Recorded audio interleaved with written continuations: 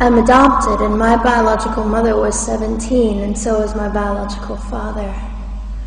She was 7.5 months pregnant when she decided to go to Planned Parenthood, which is the largest abortion provider in the world, and they counseled her to have a late-term saline abortion, which is a saline salt solution that is injected into the mother's womb.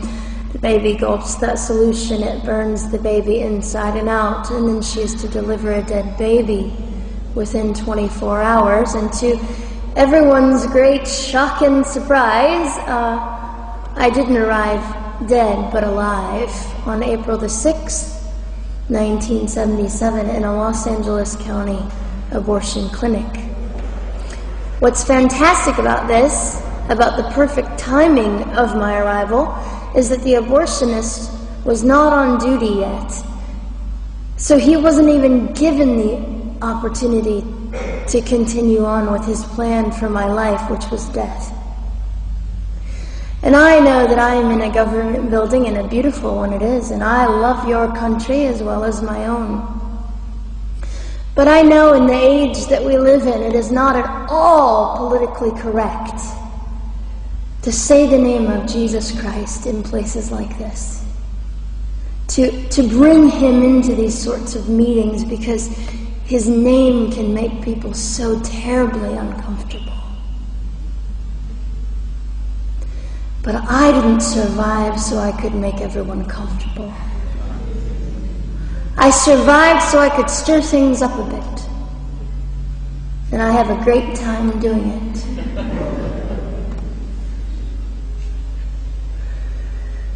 And so I was delivered alive, as I've already said, after 18 hours. I should be blind, I should be burned, I should be dead. And yet I'm not. You know what is fantastic vindication is the fact that the abortionist had to sign my birth certificate. So I know who he is. And it also says, for any skeptic listening, on my medical records, born during saline abortion. Ha! They didn't win.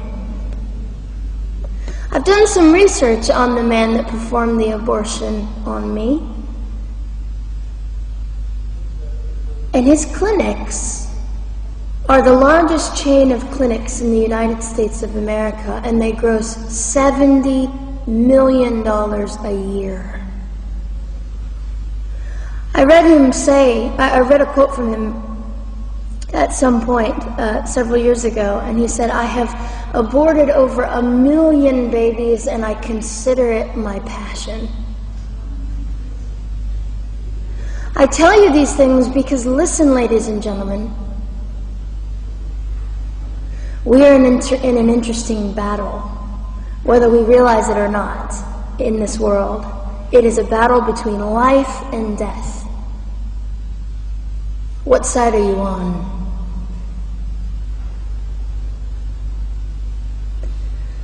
So a nurse called an ambulance and had me transferred to a hospital, which is absolutely miraculous. Generally, the practice at the time, and up until 2002, was, in my country, was to end the life of an abortion survivor by strangulation, suffocation, leaving the baby there to die, or throwing the baby away.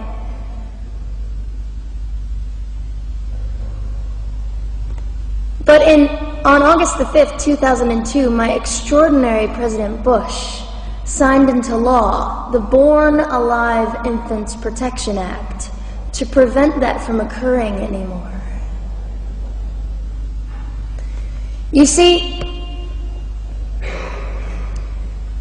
we're playing for keeps. We're playing I'm hoping to be hated by the time that I die, so that I can feel God about me and understand what it was to be hated.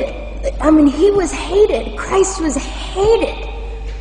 And not that I look forward to being hated, but I know along my journey, I know I'm already hated because I declare life. I say, you didn't get me. The silent Holocaust didn't win over me. And my mission, ladies and gentlemen, among many things, is this: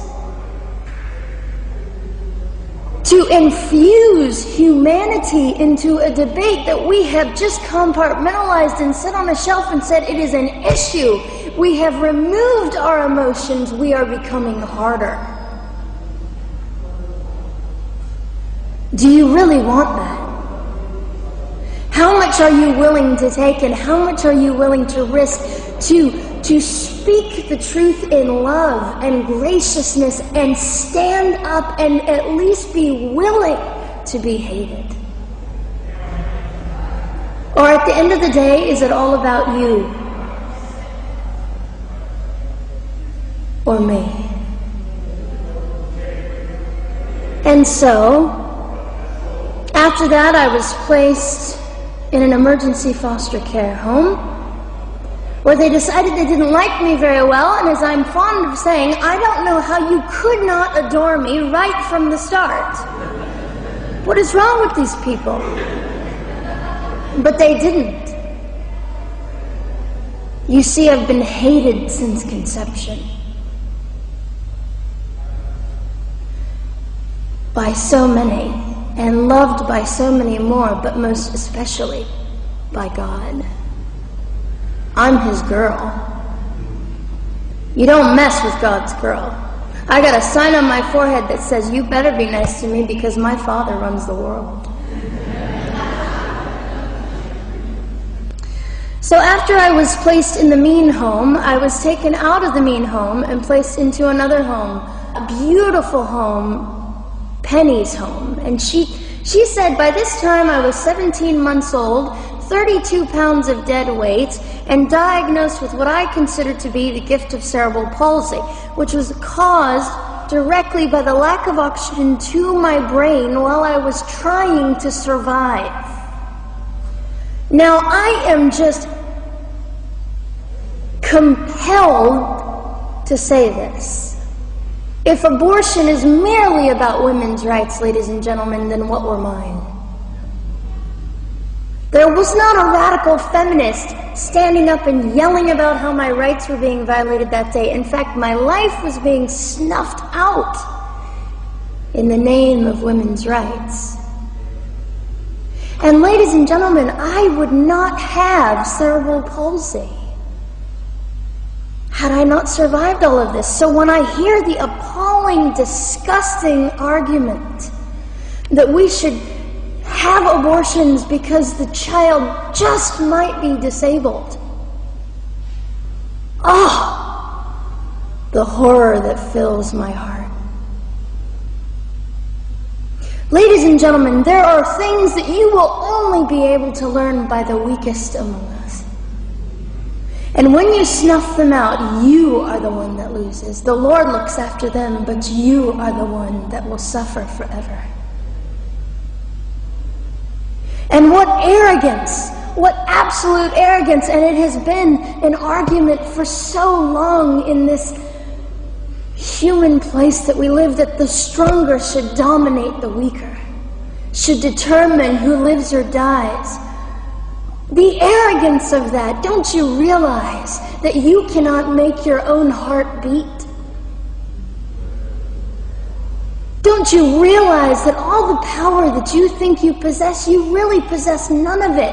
It is the mercy of God that sustains you, even when you hate him.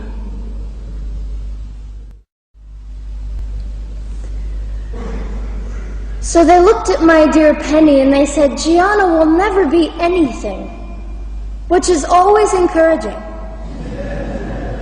And she decided to ignore them, and she worked with me 3 times a day, and I began to hold up my head, and they said, well, Gianna will never this and never that. Long story shorter, I was walking by the age of 3.5 with a walker and leg braces, and I stand up here today with a mild little limp and without a walker and leg braces. I fall gracefully sometimes and very ungracefully at other times, depending on the situation. but I consider it all for the glory of God. You see, ladies and gentlemen, I am weaker than most of you, but this is my sermon. And what a small price to pay to be able to blaze through the world as I do and offer hope. And I think in our misunderstanding of the way things work, we misunderstand how beautiful suffering can be. I don't willingly sign up for it, but when it comes, we forget. We forget that God is in control and God has a way of making the most miserable thing beautiful.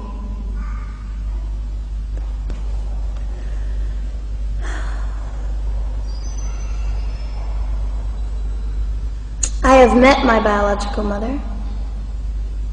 I have forgiven my biological mother. I am a Christian.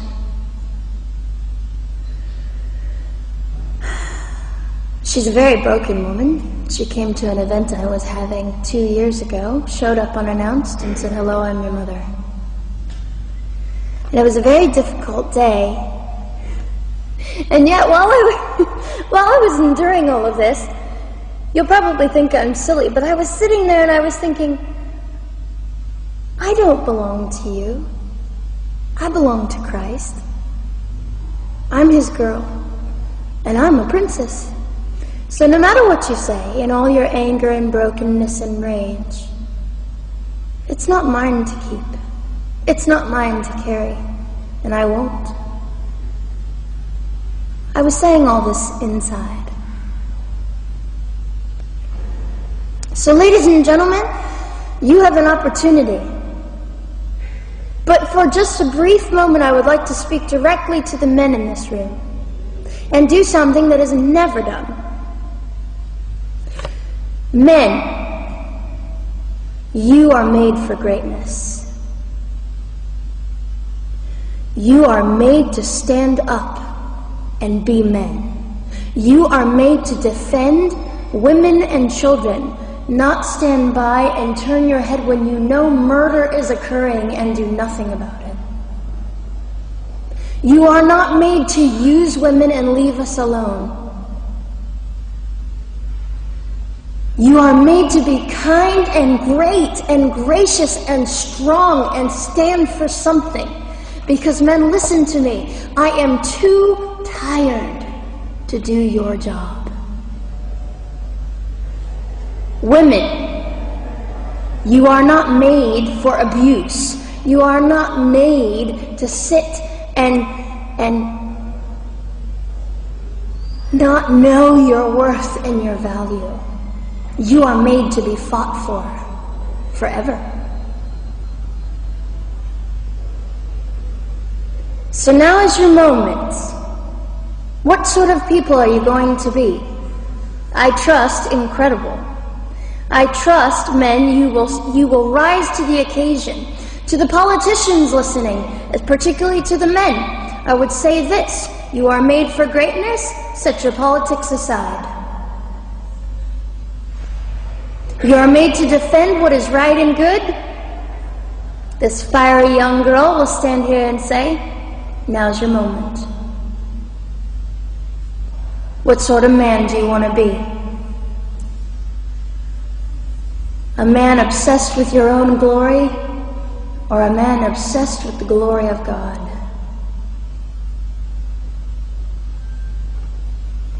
I'll just end with this. Some of you might be slightly annoyed that all I keep doing is talking about God and Jesus.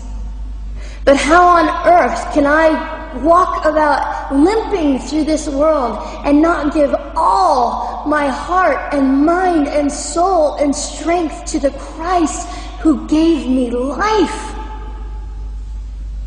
So if you think I'm a fool, it's just another jewel in my crown. My whole intent in living here is to make God smile. I hope some of this made sense. It just came from my heart. God bless and keep you.